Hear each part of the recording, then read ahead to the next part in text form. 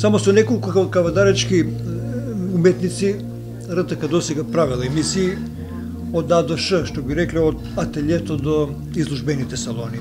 Еден од тие уметници кои добро не дочекуваат како новинари, ни пружат максимална гостопримливост и истовремено го отвараат срцето, е Владимир Темков Шефе, човекот за кого ја правиме оваа емисија, која буквално од А до Ш ќе имате шанса да ја гледате и вие, почитувани гледачи, со наш избор на материјали и работени во текот на неколку месеци. Шефе, драго. Добар ден. Пред 15 или 16 години снимавме една емисија овде кај тебе, тогаш го имаше циклусот на коњи и еве сега по толку време доаѓаме кај тебе, сега веќе си доктор на науки во твојата професија, ликовната уметност, веќе си етаблиран уметник и веројатно си многу позрел како личност. Како се чувствуваш сега на овие години и во оваа творечка ателје каде што ја ствараш твојата уметност? Види колку. Кој е таа разлика? Кој е тоа? Многу прашања во едно ставени. Како? Па знаеш, годините го прават своето. Значи, минатиот месец јас одбележав 60 години од мојот живот и 40 години од моето творештво, и кога ќе се навратам назад на првата моја изложба, од кога што почнав и да го бравам овој период, и годините поминати наваму до сега, значи што можам да кажам, како се осеќам? Осеќавот е перманентното работење и начинот на кој што сето тоа се одвиваше овие 40 години, допринесува да еден творец, еден автор го прави помудер, по-достоинствен во она што го работи. Ако сега се вратиме назад, годините кога завршив средно уметничко училиште, 1978, тоа е значи минатиот век, и кога за прв пат почнав сериозно да се занимавам со сликарството и со правење на уметнички дела, и кога сватив дека уметноста е мојот преокупација, мојот животен пат и мојата животна екзистенција, едноставно кажано.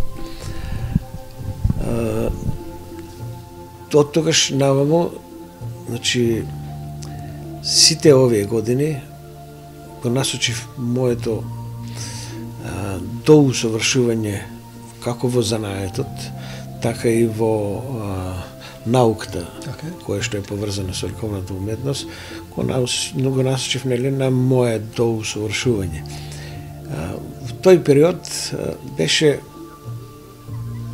незамисливо да имаш своје ателје, да имаш простор каде што можеш своите чувства, своите технички вештини и потребата за сликарство да ја искажиш во еден простор во кој што ти овозможат сите услови. И нормално е, кога немаш такви услови, и капацитетот на сликите и бројот на делата кои што ги правиш во тој период да бидат многу поразлични, многу помали во однос на она што кога се ствараат тие услови. Нели, со текот на времето се оженив, направив куќа, во скопот на ова семејна куќа го направив ова ателје, овој простор кој што, нели, јас сум премногу задоволен и ретко се кој автор може да има ваков простор.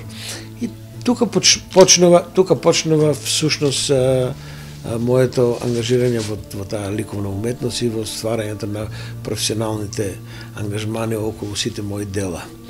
Еве, вие бевте сведоци, бевте пред 20 години кога го работев оној циклус со тие, нели, коњи, и имав изложба тогаш во музеј и галерија во Кавадарци. Тогаш наваму голем број на циклуси се поминаа низ моите раци.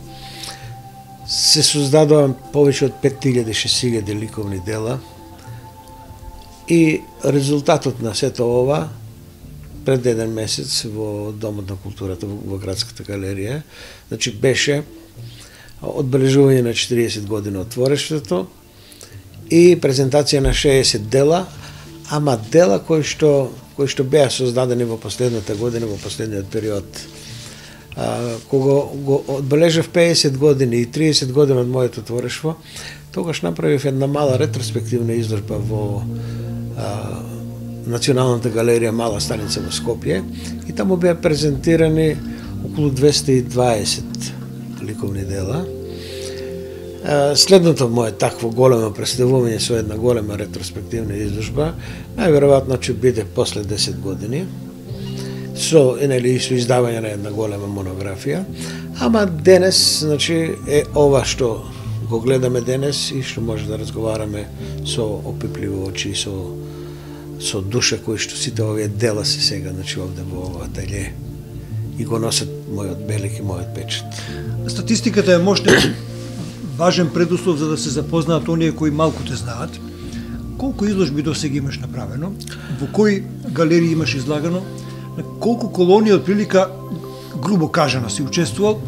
Да го чуеме твојот статистички обем на учество во уметноста во Македонија, ако се сеќаваш вака со вака да ви кажам, јас до пред неколку години ги броев самостојните изложби и знаеш како за секој автор е предизвик да направиш изложба и да има повеќе, да биде побогато CV-то.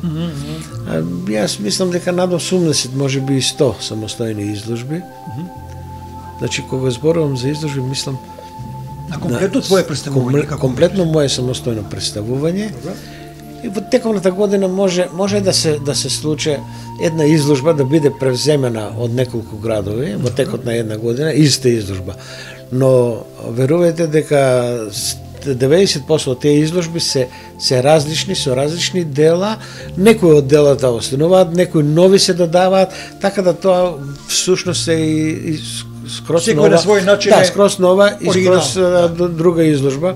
Дел од делата кои што јас како автор мислам дека се вредни да ги видат и друга публика, остануваат во таа поставка, ама голем дел од тие дела се заменуваат за нови, некои дела се отуѓуваат, се продаваат, така да во суштина во овој момент јас имам повеќе од 200 дела на лагер, што значи дека во исти момент, во иста вечер можам да направам 5 изложби во различни градови и да не си смета едно со друго дело, значи да не си ги позајмувам од самиот себе, значи имам доволно дела за да направам повеќе изложби. Значи да се вратиме на бројчано, пред неколку години ги броев, ама сигурно се над 100 изложби и веќе не е предизвик за мене броењето на тие изложби колку се, него целта ми е што повеќе народ може да ги види тие дела. И сега веќе правењето на изложба е веќе исполнување на желби на некои галеристи. Ради наши пријателства па ме замолуваат да имаме твоја изложба и веќе правењето на тие изложби е како некое одолжување на периодот кога мене ми биле потребни галериите и кога јас сум се молил да ми организираат изложба. Сега голем дел од галеристите ме молат да правам јас таму изложба и нели нормално мораш да враќаш. Од тие причини. Инаку да ви кажам дека нели Кавадарци има среќна околност да живее со голем број на уметници, автори кои што значат нешто во македонската уметност, па и пошироко. И некаде 1980 година, кога беше во експанзија Фени, фабриката за производство на никел, тогаш, благодарение на некои од директорите, 1980 година во местноста Ражаново, каде што беше и рудникот, направивме, имаше една рударска населба, Свети Петар, Свети Петка, направивме обид да направиме работничка ликовна колонија со уметници. Дел од уметниците беа вработени во индустријата во Македонија, дел беме ние ликовни уметници и направивме една колонија која што ја крстивме тогаш Ражаново. 80 и 81 и 82 година и тоа доста добро и доста функционираше позитивно и према работниците кои беа вработени во Ражаново, а ги имаше над 1000. Имаше горе на рудникот рудари кои што по цел месец не се враќаа во своите домови, кои што живееа таму. И тогаш во тој период таа беше финансирана од директорите на Ражаново, на рудникот. И тоа беше многу убава работа. Темата беше врзана со рудникот Ражаново, со површинскиот коп, со машините и алатите кои што рударите ги користеа за сето тоа. И се наша несреќа 82 година го затворија Фени и таа колонија сгасна. Арно, ама искуството кое што го собравме од таа колонија ни даде за право 96 година да ја обновиме веќе на градско ниво и од тогаш до денес таа функционира. И таа функционира и во неја имат земено учество над 500 автори од цела Европа.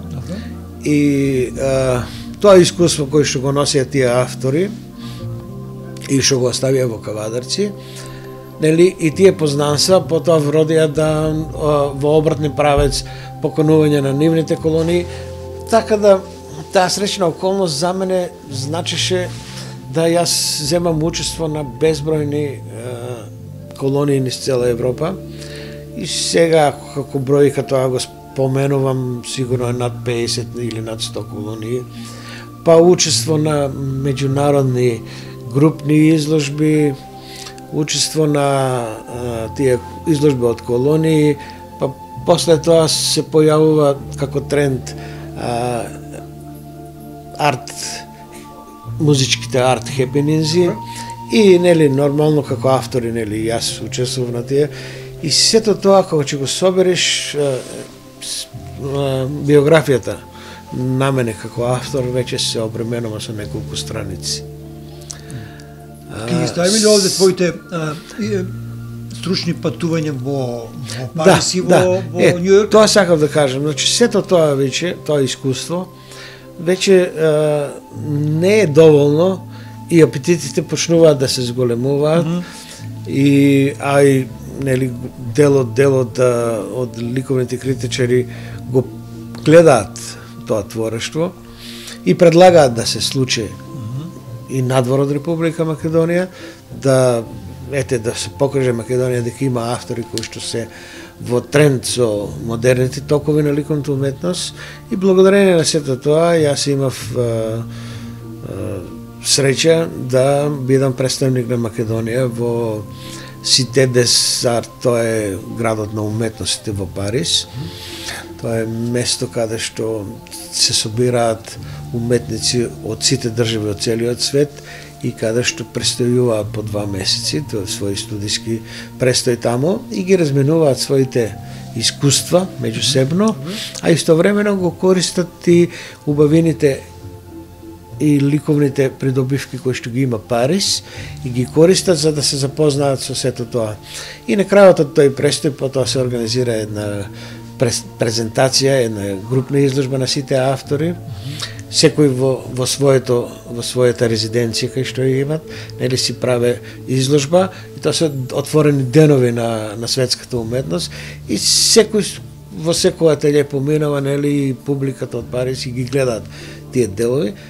И тоа е едно незаборавно искуство, за да кога ќе се вратиш назад, нели, тоа искуство го пренесуваш тука на овие простори, па потоа престојот во Њујорк, во Македонскиот културен центар, изложбата на мојата самостојна изложба во Софија во Македонскиот културен центар и многу други ликовни настани кои што се, нели, од посебно значење за мене како автор, а и значење за Република Македонија и за низиното представување надвор од границите. Што е тоа што тебе како уметник во овие 60 години најмногу те импресионирало, како наставник, како искуство кое сега го носиш? Кога и да те прашат за него, би зборувал со сати? Па што е, јас сепак мислам дека спојот на ателјејното сликарство мое и спојот на искуството од ликовната, поготово како да речката ликовна колонија. Добро. Тие две работи кога ќе се спојат во едно, мислам дека тоа е настан кој што секој автор треба да го види, да го чуе, да го осети и не само да го осети, него да го примени во своето сликарство. Вие немам зборови како да ви објаснам која е таа позитивна енергија кога ќе се дружиш 10 дена со 50 автори од различни земји од цела Европа, со различни идеи и со различни начини на решавање на сликарството и на проблемите кои што ги предизвикува сликарството, начинот на кој што они тоа го решаваат. И сето тоа дружејќи се и гледајќи се те наполнува максимално да после цела година имаш една невидена експресија, сето тоа да го одразиш на платното и на предизвикот, да, и на предизвикот кој што ти го дава едно бело платно. И мислам дека тој циклус, неповторлив циклус секоја година, значи додека пред крајот, докога поминуваат овие зимски денови и сите со нетрпение очекуваат да дојдат пролет и лето и да почнат тие ликовни дружења низ цела Европа, за да почне повторно полнење на тие батерии. Шефе, сега се наоѓаме во твоето место, твоето катче, ателјето. Колку време минуваш овде? Па колку време? 80% од моето слободно време го минувам овде. Овде работиш, овде ствараш? Овде ми е работниот простор, да. Работам, стварам, овде читам. И се одмараш, веројатно? Се одмарам, да. Кога сум презаморен од сликарството, тогаш малку читам за сликарството, за уметноста, за токовите на модерните правци во ликовната уметност. Малку пишувам. И слушаш добра музика, не? Да, и си слушам добра музика. А секојаш во време темпо слушал добра музика. Што е тоа што најмногу те инспирира во животот, за да ствараш? Види да ви кажам, значи, можеби до пред 15 години разговаравме ние за инспирација. Сега веќе јас не разговарам за инспирација, сега разговарам за недостаток на време. Недостаток на време за да можам сето она кое што се акумулирало сите овие години да го пренесам на платното, сите мои чувства. Значи, види, се до оној момент, додека авторот се лута во сликарството, се бара самиот себе си и се до оној момент можеме да разговараме, имам инспирација, немам инспирација, ова ме инспирира или она. После тоа, веќе тоа поминува во редовна професија која што секој ден ставаш, се облекуваш, одиш на работа и 8 часови мораш да поминеш на тоа работно место. Работодавецот не те прашува дали имаш инспирација или немаш. Значи, во тој контекст, така земено и така сватено, значи, сега ние разговараме за време и за материјал кој што треба да го изразиш она кое што ти е како чувство. Постои проблем, недостаток на платно, недостаток на бои, а не недостаток на идеја. И недостаток на време за сето она да го изразиш.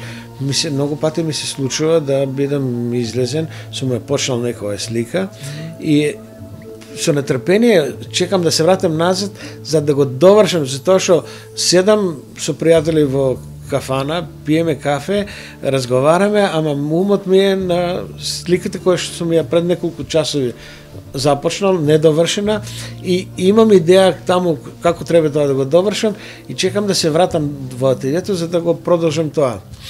Кога ќе направиш една слика со дополнување, се надоврзува втората, па на втората се надоврзува третата, нели? Тоа е циклус еден, кој што е не како лента една во една фабрика, незапирлив циклус и се надоврзува една на друга. И идеите сами се стварат. Веќе композицијата не махинално и несвесно доаѓа од чувствата твои, од душите произлегува таа композиција и ти махинално ја нафрлуваш на платната. И вештината на твоето работење и довршувањето на таа и веќе одма на нова поминуваш на нова дел од старата и нели една третина ново или две третини ново. И се така тој циклус е незапирлив, а се повторува и секоја слика, после кој че секоја слика е засебна приказка за себе. И значи ние сега разговараме за недостаток на време, а не недостаток на идеја. Многу добро го кажа ова, особено последното, и морам да кажам дека присуствувајќи на изложба пред година-две во Домот на културата, еден твој колега млад автор ми рече толку можев, толку имав инспирација, направил 14 слики, толку не можел веќе да се инспирира.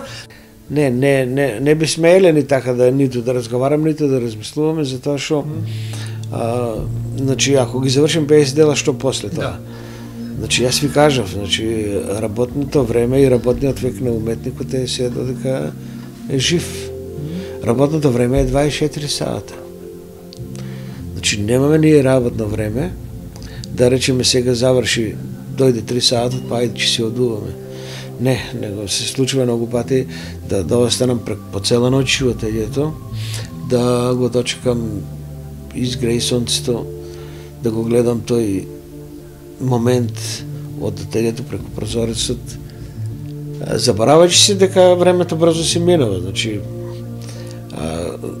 поготово ноќните периоди за нас авторите се добри, затоа што тогаш после 12 сат никој не те задева, никој не те бара на телефон, никој не ти досаѓа и веќе почнуваш да се задлабочуваш во тој свет и кога ќе се свестиш, гледаш дека дошло веќе утрина. Многу убава панорама или поглед имаш од овој прозорец каде што сме во непосредна близина поставени, кон паркот гледаш? Да, Костурницата ми е. Костурницата ти е. Добро утро, секој се бајле ми вика, да. Кажи ми, каде твоите дела можеме да ги видиме? Во кои фирми, во кои компании? И каде ти е посебно чест да ги гледаш некаде вака? По кои простори? Не знам, ги има. Там дека не ти е тоа интенција, меѓутоа убаво е кога ќе видиш твое дело во некој убав. Па има во Тутунска банка во Скопје, има на Технолошкиот факултет во Скопје, има една голема моја слика, на факултетот Гоце Делчев во Штип, во тие нивни холови, кај ректорот на универзитетот има една моја слика. Има низ цел свет распрскано мои слики. И да ви кажам, не ми е целта јас. Те исполнува ли тоа чувство на присуство на твое дело во некој? Да, понекогаш ще сакаме да се пофалиме на сето тоа. Нормално човечки е тоа, да. Да ви кажам дека продажбата на уметничката слика е потребна во оној момент за кога треба да купиш ново платно, нов материјал, нови бои. Едноставно за да се одржи во кондиција едно ателје на еден уметник, потребно е да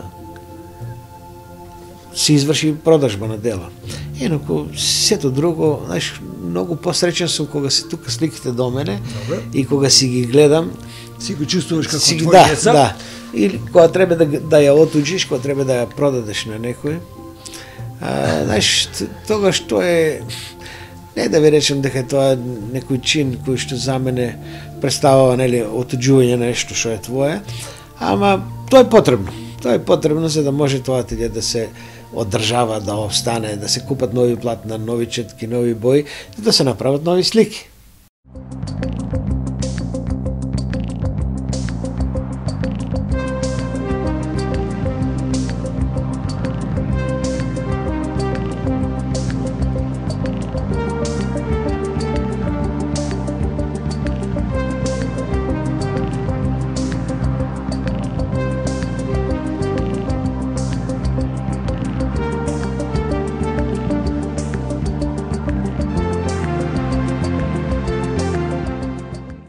Ветувачки почеток на новата уметничка календарска година.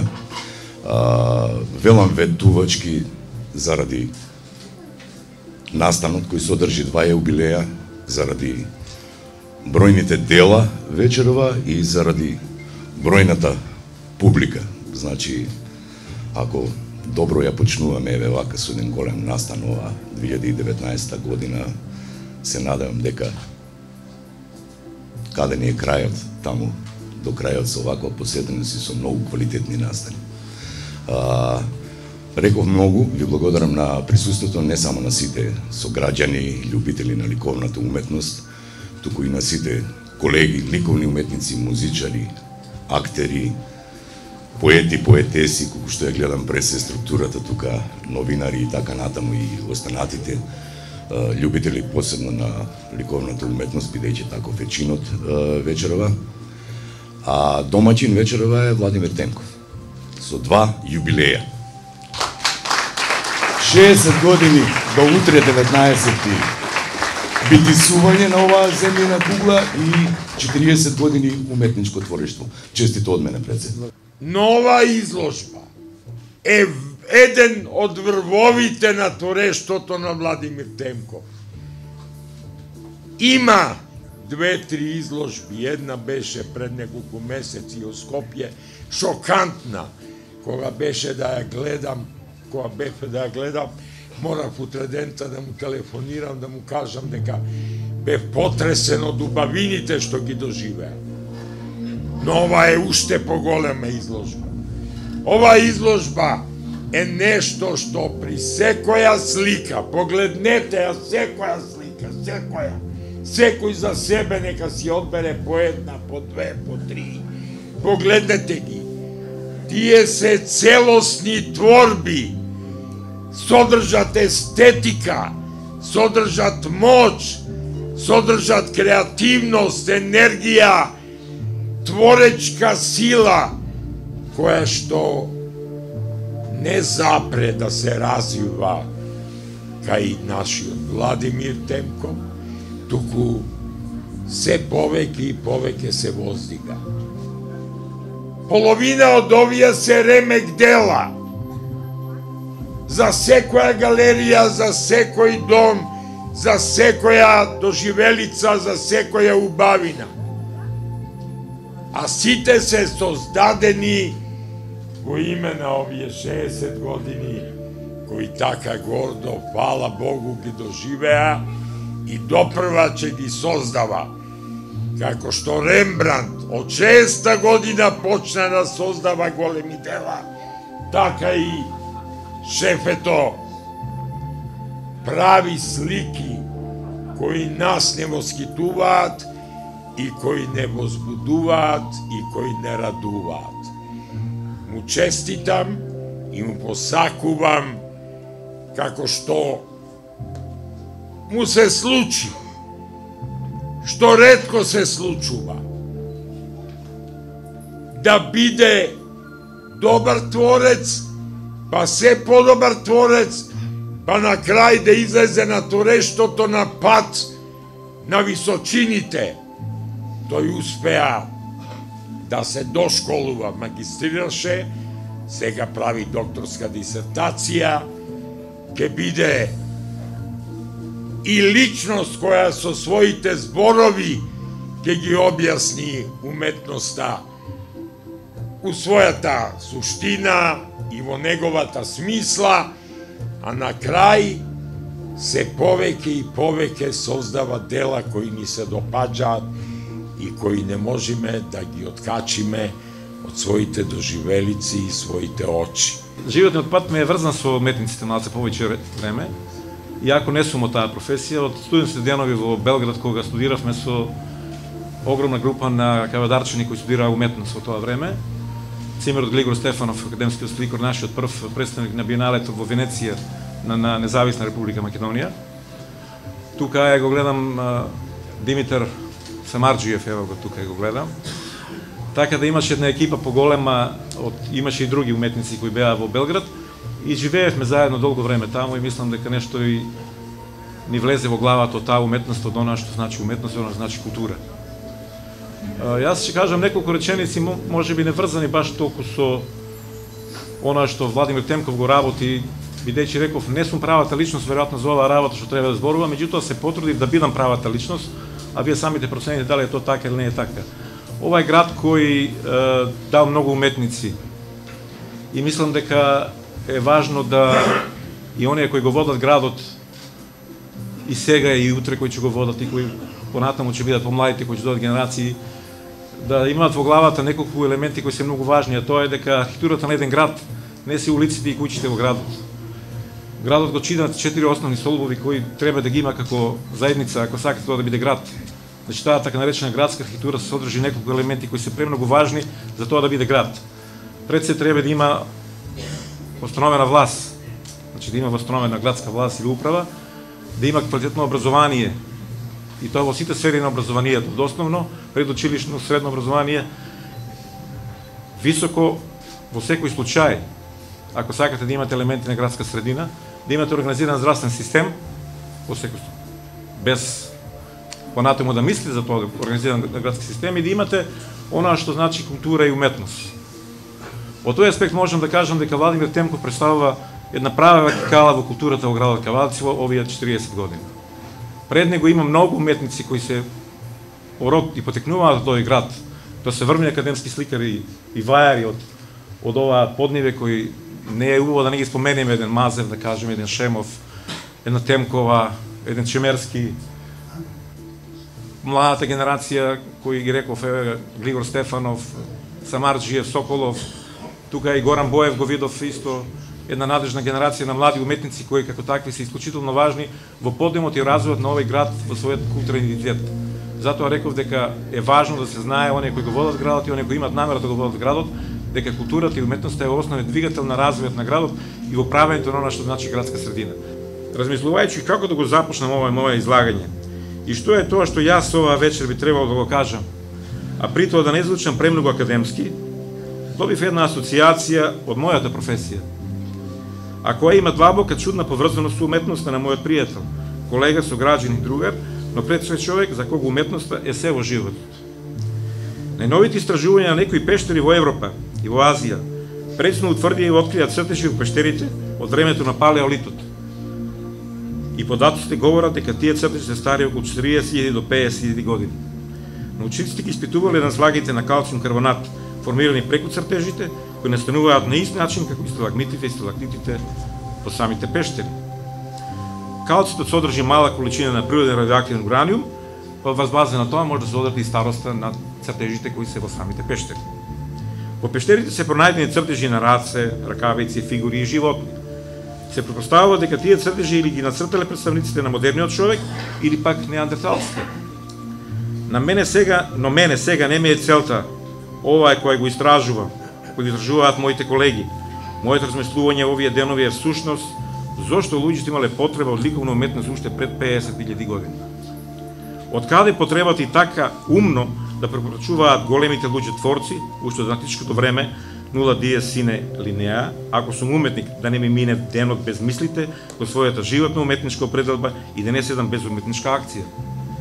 Светот без уметноста е свет без човечката раса, бидејќи луѓето прават уметност за да уживаат во убавините. Совршенство на уметничките творови го издигнува квалитетот на човечкото постоење и делување. Животот на човекот се препознава по слободата и љубовта за творење. Книгата започнува од детството на колегата Владимир Темков, кој вели: како дете се определив да бидам уметник, имав среќа и успеав во таа визија. Уште од најмалечките години сакав да цртам и со слики да ги изразувам своји доживувања и настани. Децата и уметноста се голема тема. Се вели дека сите деца се однесуваат како уметници, дека нивниот говор е со интензитет на оригиналност што никогаш потоа нема да се повтори. Такви се цртежите и нивната имагинација. Секое нивно дело е немиметичко. Затоа уметник не се станува, тоа е детето во вас или незагубената уметничка дарбина. Таков е Владимир Темков. За Темков сите нешта на светот се исти, но и сите се различни во своето пројавување. Формите, сместеноста во просторот, боите, нијансите, везијата на светлината, поврзаноста на существувањето, со оригиналноста, развитокот на добродливоста, тоа за нас значи на различни начини, како слични да им се осветуваме на енергијата и на убавините на екзистенцијата. Тоа е вруток на сликарството, како и на сета уметност, наука и филозофија, но пред се на уметноста, најпрв на незините визуелни изблици и дела. Темко зборува за убавината на природата на теквишијата, значи малку за изложбата. Во неговите платна и графики ги изразува искуството од детството, младост, растење се до денес. Во сликите се одликуваат житата, тревите, растенијата, онека како што ги доживува, вознесува, чудни, разубавени, со голема важност. Теквешијата е инспирација, таа е израз на убавина за Темков. Птиците се посебна тема во уметноста на Темков. Ние на универзитетот имаме неколку слики од господинот Темков, кои слободно можам да ви кажам дека се донација од колегата Темков, нити се наплатени, нити се платени. Значи донациите тоа е исклучително големи платна. Едната се димензија од 4 по 2 метра. Значи птиците се посебна тема во уметноста на Темков. Ако гледате во сликите негови, ќе забележите дека во секоја негова слика ќе видите една птица. Буквално во секоја. Ја добро се потрудив да ги погледнам сите негови слики. Во психологијата постои еден тест во кој треба да наведете 3 животни кои први ќе ви паднат на ум. Само мал број ги избираат птиците. Но сите кои ги избрале станали уметници. Птиците суштества кои имаат стремеж кон небото и височината и слободата. Јас би сакал да му честитам на господинот Темков да направи и 90 и 100 години изложба. Мислам дека заслужува и нескромно е она што го кажав дека представува права културна вертикала на овој град во задните 40 години. Мислам дека со неговото творештво придонесува да овој град биде град со сите своји елементи и да предводи една генерација на уметници која направи многу во уметноста не само во градот Кавадарци и не само во Македонија. Тоа е афирмирана слика многу повеќе од Република Македонија и многу повеќе од новиот наши простор. Јас го следам него како активност подолги години и мислам дека Владимир Темков заслужува со своето ангажирање, заслужува со својата наобразба да биде академски сликар во правиот смисол на зборот, односно да биде член на некој универзитет.